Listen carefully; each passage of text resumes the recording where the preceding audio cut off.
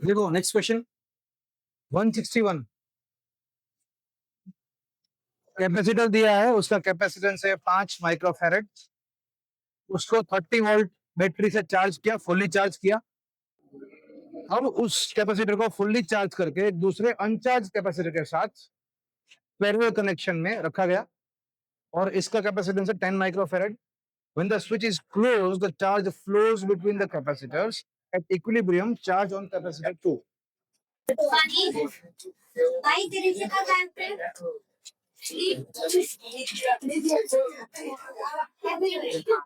सारी अभी लेकिन टेंशन की लगा थी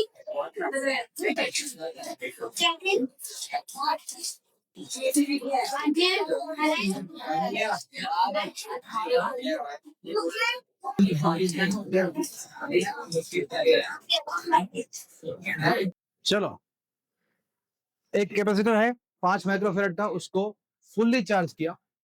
उसके बाद उसको एक अनचार्ज कैपेसिटर के साथ पैरेलल में रखा। जब इक्विलिब्रियम कंडीशन आ गया, मतलब कि जब दोनों का वोल्टेज सेम हो गया, तब नए वाले कैपेसिटर में चार्ज कितना है वो चाहिए। पहली बात को, जब ये फुल्ली चार्ज हो जाएगा तब इसका वोल्टेज कितना हो जाएगा? जितनी बैटरी का वोल्टेज था उतना। आपने 30 वोल्ट की बैटरी से इसको फुल्ली चार्ज किया तो इसके अक्रॉस वोल्टेज कितना का 30। अब ये 30 और ये अनचार्ज, इसका कुछ पोटेंशियल डिफरेंस होगा। जीरो है यहाँ पर, अनचार्ज है, क्यू जीरो तो वीबी जीरो। इन दोनों को जब कनेक्ट करोगे पैरेलल में तो अब दोनों पे कुछ ना कुछ चार्ज आ जाएगा। ये कुछ चार्ज लाया होगा अपने साथ, फुल्ली चार्ज था तब। अब इसका चार्ज कुछ था क्यू टोटल और इसका जीरो, तो दोनों में कुछ चार्ज डिस्ट्रीब्यूट हो जाएगा और वोल्टेज जो है अब नया वोल्टेज अटेन कर लेंगे दोनों।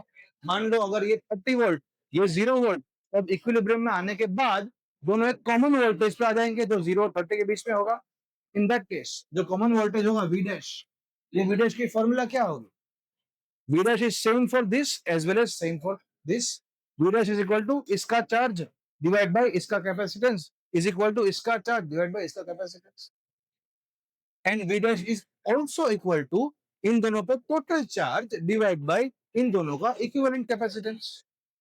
क्या मेरे पास इन दोनों की वैल्यू है ना? v dash is equal to q total कितना होगा, इन दोनों को मिला के टोटल चार्ज कितना होगा?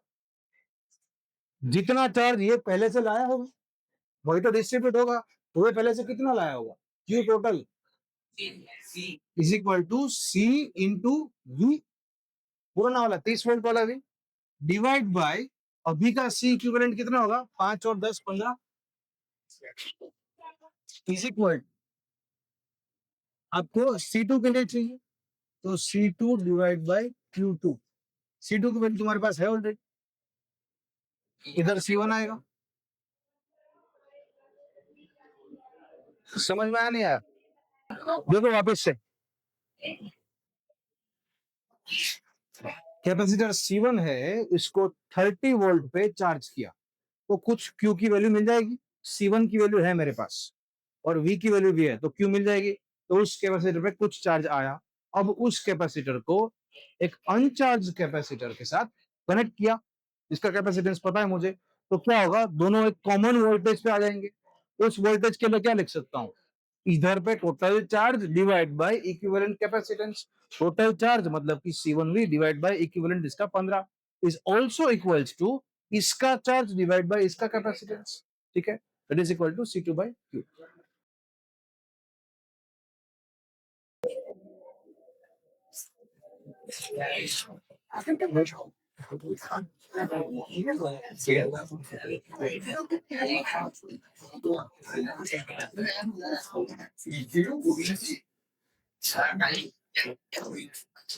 हाँ हाँ, मुझे भी देखना पड़ेगा ना, ये C था ये C था, ठीक है, ये V था।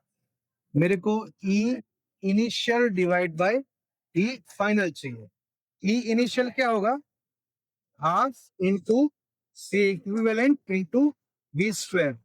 हाफ इंटू सी इक्विवेलेंट कितना हो जाएगा? 2c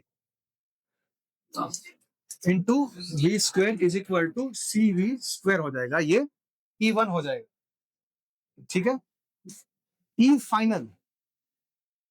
ई फाइनल मतलब कि ये एनर्जी है, इलेक्ट्रिक फील्ड नहीं है। मतलब कि energy of left capacitor plus energy of right capacitor. E of left energy के लिए क्या लिख सकते हो?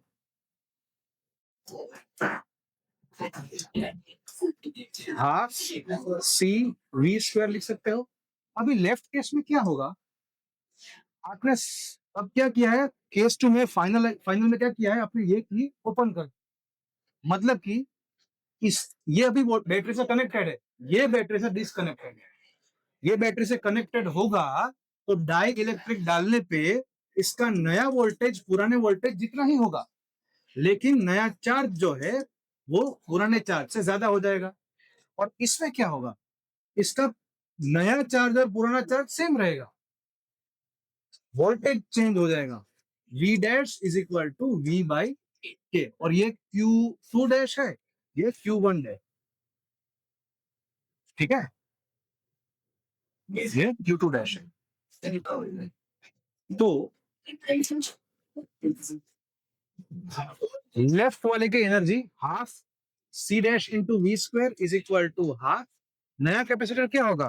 तुमको डाइलेक्ट्रिक वैल्यू दो रखी है, के फाई सॉरी, तो phi C into V square. और ई राइट का क्या होगा?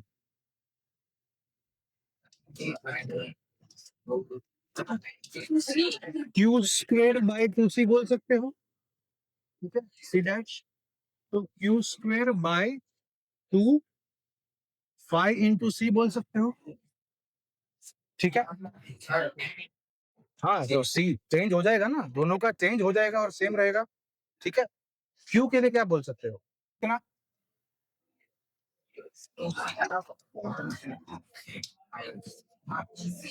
इसमें क्यू क्या रहेगा? Q C into we.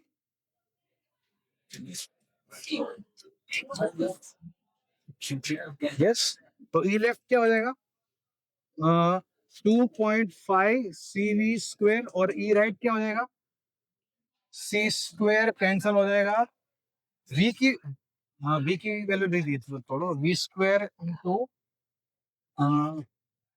1/2 1/10 C V square हो जाएगा। 2.5 plus 0.1 is 2.6 C V square हो जाएगा। ये क्या मिला? ई फाइनल मिला। ये समझ में आया कि नहीं आया? तेरा तो हो गया था। ई इनिशियल तुम्हारे पास है ऑलरेडी, सी वी स्क्वायर इसका रेशियो ले लो, मिल जाएगा 166। देखो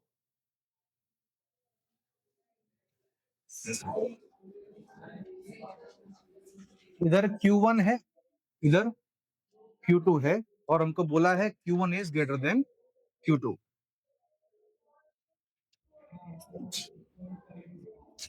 अगर इन दोनों प्लेट्स जिसपे कुछ चार्ज है Q1 और Q2, इनसे एक कैपेसिटर बनाना है, इसके लिए इसको नजदीक लाया जाता है और इस पे वोल्टेज की वैल्यू फाइंड करनी है, पोटेंशियल डिफरेंस। ये दो प्लेट्स हैं, Q1 is the total charge on left plate, Q2 is the total charge on right plate.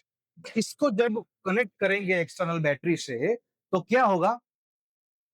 उससे का केस होगा जब दो स्फीयर्स को कांटेक्ट में लाते थे तो दोनों पे चार्ज कितना? Q1 plus Q2/2। The same case happens over here.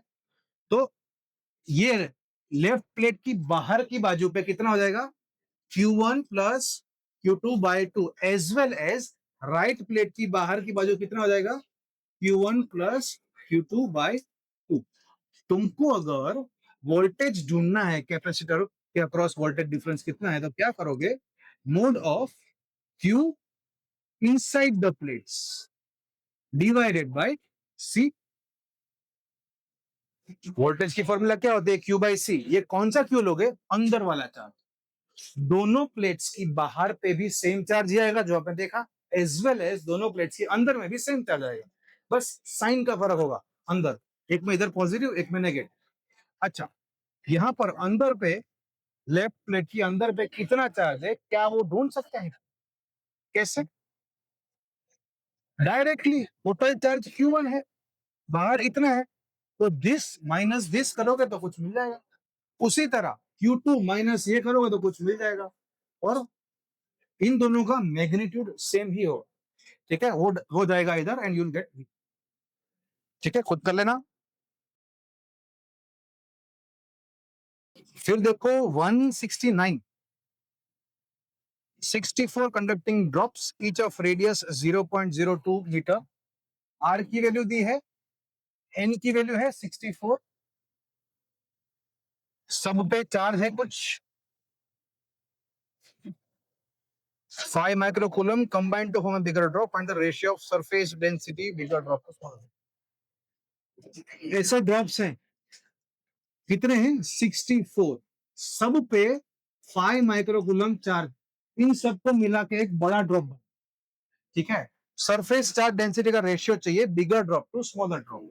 सारे ही चार्ज स्फीयर से, sigma bigger by sigma smaller क्या होगा?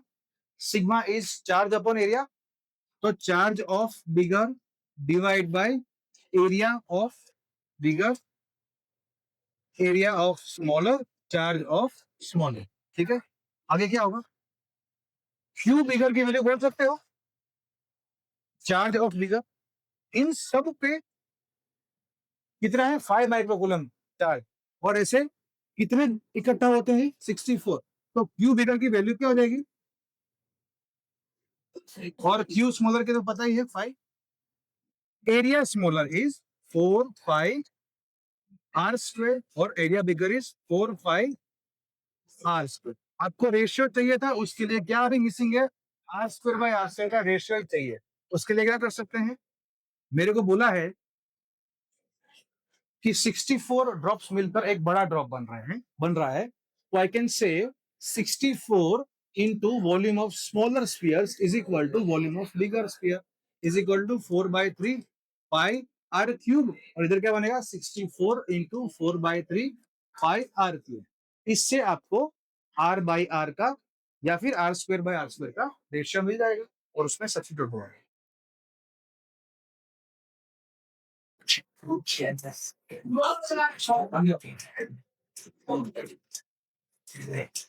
इलेक्ट्रॉन आ रहा है और ऐसे जा रहा है।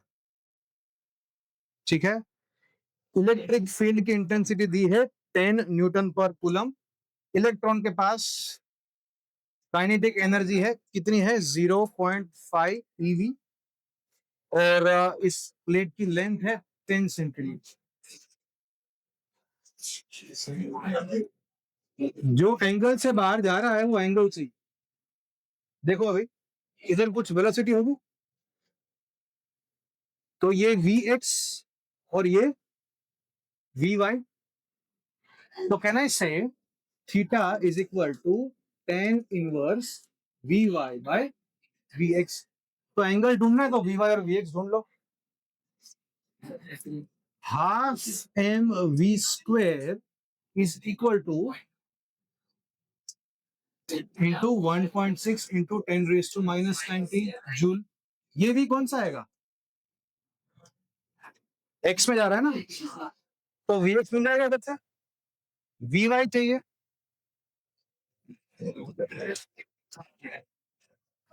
ट्रिगोनोमेट्री में दूसरी वैल्यूज नहीं है ना मेरे पास। Uy की वैल्यू क्या है? y में जा रहा है क्या? इनिशियली 0 होगा। Ay की वैल्यू क्या होगी? y डायरेक्शन में कुछ एक्सेलरेशन होगा, कैसे ढूंढेंगे?